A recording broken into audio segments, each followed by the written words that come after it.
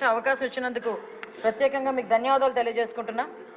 ఎందుకంటే పరిస్థితి ఏంటంటే ఇప్పుడు వైఎస్ఆర్సీపీ పార్టీ వాళ్ళు సానుభూతి పనుల మీద దాడులు జరుగుతున్న విషయం వాస్తవమేనా అని చెప్పి వాళ్ళే క్వశ్చన్ అడిగి ఈరోజు వాళ్ళే ఈ క్వశ్చన్కి సమాధానం తీసుకోవడానికి రాలేకపోవడం అన్నది చూస్తూ ఉంటే అక్కడే వాళ్ళ తాలూకా డొల్లతనం అనేది చాలా క్లియర్గా కనిపిస్తుంది అధ్యక్ష.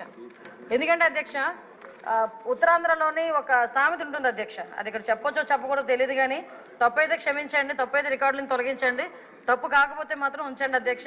మొగుడిని కొట్టి మొగసాలు ఎక్కిందట ఇలా మాట్లాడతారు అధ్యక్ష ఉత్తరాంధ్రలోని కూడా. ఎందుకంటే కొట్టేసి ఎక్కడ దాక్కుంటారనమాట. వీళ్ళ పరిస్థితి ఎలా ఉందంటే అధికారం కోల్పోయి 11 సీట్లకే పరిమితం అయినప్పటికీ కూడా తిరిగి వచ్చి టీడీపీ కార్యకర్తల మీదే దౌర్జన్యాలు చేసి టీడీపీ కార్యకర్తలని చంపి మళ్ళా పైగా వాళ్ళ మీద ఏవో దాడులు జరిగిపోతున్నాయి, వాళ్ళ తాలూకా వాళ్ళు ఎవరు చంపేస్తున్నారని చెప్పి ఇక్కడెక్కడా ప్లేస్ లేనట్టుగా ధర్నా చేయడానికి ఢిల్లీ నడివీధుల్లో వెళ్ళి కూర్చొని